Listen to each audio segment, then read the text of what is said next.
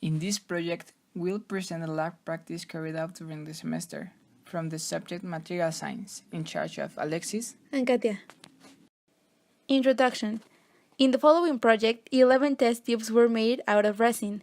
10 of them were added ground coal, and the last one was made out of pure resin, named control test tube. Each test tube was submitted to 3 main tests: traction test in universal tester, hardness test in a Rockwell tester, and lastly, observation in microscope. They determined to acquire properties due to the added material, coal. Lab practices. Making the mold. The first thing we began with was making the mold, which was going to be the main basis of the project since we would be making the 11 test tubes on it. The first step was to make a plasticized wooden box with the measures shown on the slide, in which 3 PVC tubes were covered on one side and buried in clay on the other side. This way it would not have any leaks. Followed by mixing rubber and silicone solvent according to the total volume of the box. After this mix was done, we then added catalyst for the mixture to dry. After the mixture was complete, we poured it inside the box and let it dry for 3 hours. Test tubes. After completely dried, we started making the test tubes, beginning with the control test tube made out of pure resin and 1.5% of catalyst, and poured the mixture inside of the mold. As we had to do 11 test tubes, each one of us had to make one, increasing the quantity of coal added to them. Universal tester. Once the tubes were made, we carried out the traction test in the universal tester and filed the obtained data. This machine is used to test the tensile and compressive strength of materials.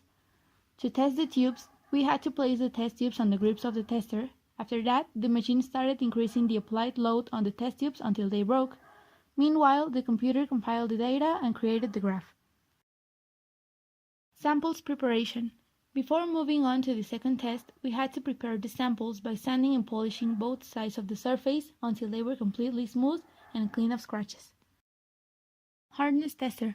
This test was performed by the Rockwell hardness tester, which determines the qualities and characteristics of the materials. This machine pokes a hole through the material and registers the hardness. The reason why the samples had to be perfectly smooth and clean is that this machine detects the surface, and in case it's not smooth, the machine will not activate. Microscope. Finally, we proceeded by analyzing each sample in the microscope, applying a second light to visualize better.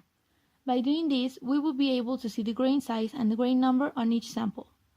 Due to the coal being too dark, we could only visualize correctly the first 4 samples. Young's modulus. To explain the obtained data and results, we have to explain the concept that explains the strains of a material. The Young's modulus determines the elasticity of materials, determining the stress and strain. This mechanical feature of elasticity predicts how a sturdy material will deform under a specific force.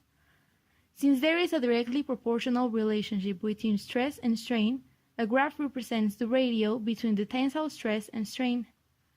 This graph was compiled by the universal tester. The Young's modulus depends on the applied force, the type of material, and the area of the material. The stress of the medium relates to the ratio of the applied force with respect to the cross-sectional area. Also, the strain considers the change in length of a material with respect to its original length, which is shown on the right side of the slide. General analysis. In the following slides, we can see the graph of all 11 test tubes, in which we can compare them all together. In some cases, like the test tube 0.3 and 0.8, we can see the graph is nothing like the others.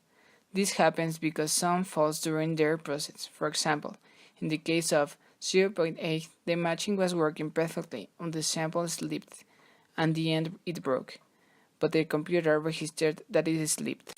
In the following graphs, we can see each samples.